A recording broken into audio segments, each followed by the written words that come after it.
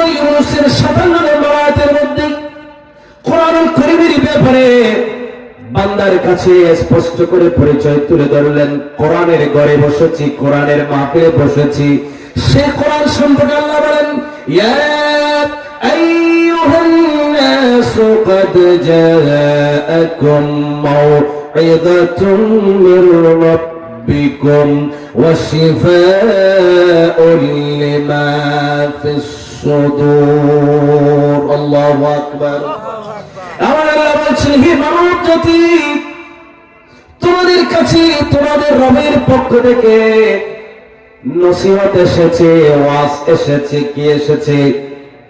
ওয়াজ বলেন না কি? ওয়াজ মানে হচ্ছে নসিহত এসেছে, উপদেশ এসেছে। কার পক্ষ থেকে? বন্ধুরা আমার, মুরব্বীদের উপদেশ যদি শুনেন জীবনটা সফল হয়। কথা বলেন ঠিক না বেঠিক? মুরব্বীর কথা না মানলে যুবকরা বিপদে পড়ে, ঠিক না বেঠিক? আর আমার আল্লাহ বলেন, তোমার রবের পক্ষ থেকে ওয়াজ এসেছে। ওয়াজ ওয়াজ সেটা আমি মৌলবীর ওয়াজ নয়, পৃথিবীর কোন মুহাদ্দিসের ওয়াজ নয়, কোন মুফাসসিরের ওয়াজ নয়। সেটা কার ওয়াজ? আলেম ওয়াজ করেন। আল্লাহ বলেন, আলেমের ওয়াজ গুলো আলেমের নয়, বরং সে ওয়াজ হচ্ছে আমার ওয়াজ। সে ওয়াজ কার? ওয়াজ আমরা করি না, করেছেন কে? আগে আল্লাহ ওয়াজ করেছেন। আল্লাহ বলেন, আল্লাহর পক্ষ থেকে, তোমাদের রবের পক্ষ থেকে তোমাদের কাছে এসেছে নসিহত, উপদেশ এসেছে। ওয়াশিফাউল লিমা ফিস সুদূর। শুধু নসিহত নয়, এটা হলো রোগের ওষুধ। কলবের রোগ হয়েছে, কলবের ভিতরে গুনাহের রোগ হয়েছে, আছে কি নাই? কলবে গীবতের রোগ আছে, আছে কি নাই?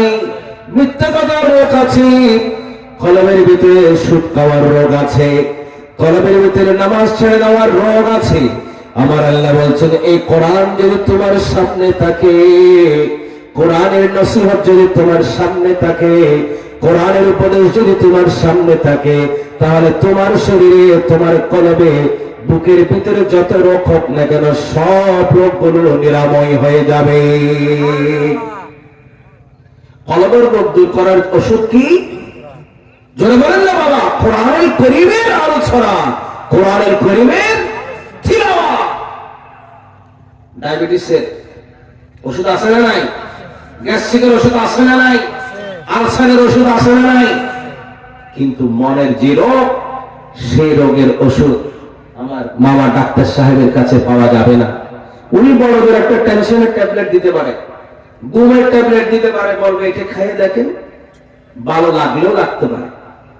কিন্তু আমার আল্লাহ বলছেন, বান্দা, তোমার কলবের ভিতরে যত ধরনের রোগ থাক না কেন, এই কোরআন যদি তোমার সাথে থাকে, তুমি যদি কোরআনের বন্ধুত্ব গ্রহণ করে নিতে পারো, তোমার কলবের সব রোগগুলো দূর হয়ে যাবে। আল্লাহ বলছেন, ওয়াহুদান ওয়া রাহমাতুল লিল মুমিনিন।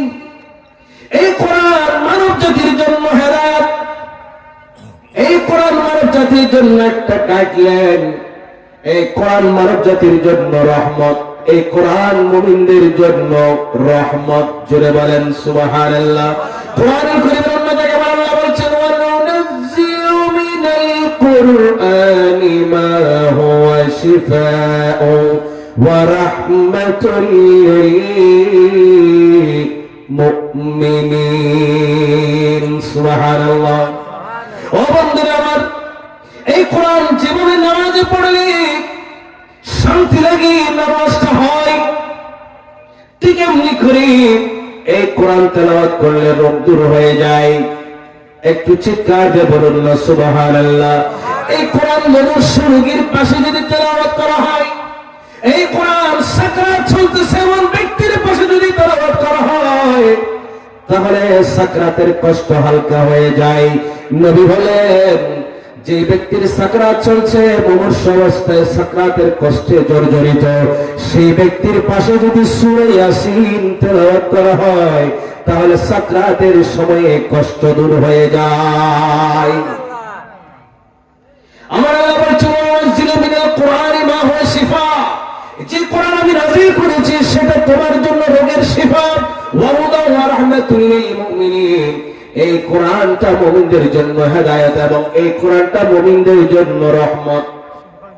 নবী করিম সাল্লাল্লাহু আলাইহি সাল্লাম হাদিসে পাক ইরশাদ করেন, সূরা ফাতিহার তাফসীর করে দেখেন, সূরা ফাতিহার একটা নাম হলো সূরাতুর রুকাইয়া।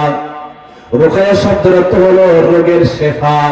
আমার নবী বলেন, রুগ্ন ব্যক্তির পাশে গিয়ে যদি কেউ সূরা ফাতিহা পড়ে যদি ফুঁক দেয়, দম দেয়, তাহলে নবী বলছেন সূরা ফাতিহার বরকতে তার রোগ থেকে মুক্তি পাবে, শিফা হয়ে যাবে। সুবহানাল্লাহ বলবেন না? সাহাবায়ে কেরামের যুগে এক মানুষকে সাপে কামড় দিয়েছে। সাহাবাদের কাছে গেলেন, তোমাদের কাছে যদি সাপের বিষ নামাইতে পারে এমন কোন ওষুধ থাকে তাহলে দাও। তখন সাহাবীদের একটা দল নবীজির হাদিসকে সামনে রেখে সূরা ফাতিহা পড়ে দম দিলেন।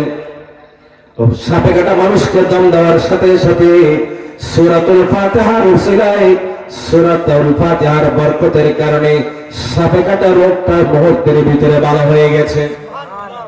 ওই রোগটা রোগ থেকে সেবা পাওয়ার পরে বিষ দূর হয়ে যাওয়ার সাথে সাথে খুশি হয়ে সাহাবীদেরকে উপহার দিলেন। কি দিলেন? উপহার দিলেন। কতগুলো দুম্বা দিলেন, বেড়া দিলেন, উট দিলেন। সেগুলো সাহাবারা নিয়ে গেলেন রাসূলের দরবারে। ইয়া রাসূলুল্লাহ, এক ব্যক্তিকে সাপে কামড় দিয়েছিল, তাকে আমরা সূরা ফাতিহা পড়ে দম দিয়েছি, সে ভালো হয়ে গেছে, খুশি আমাদেরকে হাদিয়া দিয়েছে, এগুলো আমাদের জন্য জায়েজ হবে কি হবে না? রাসূল বললেন, তোমাদের জন্য এগুলো জায়েজ হবে।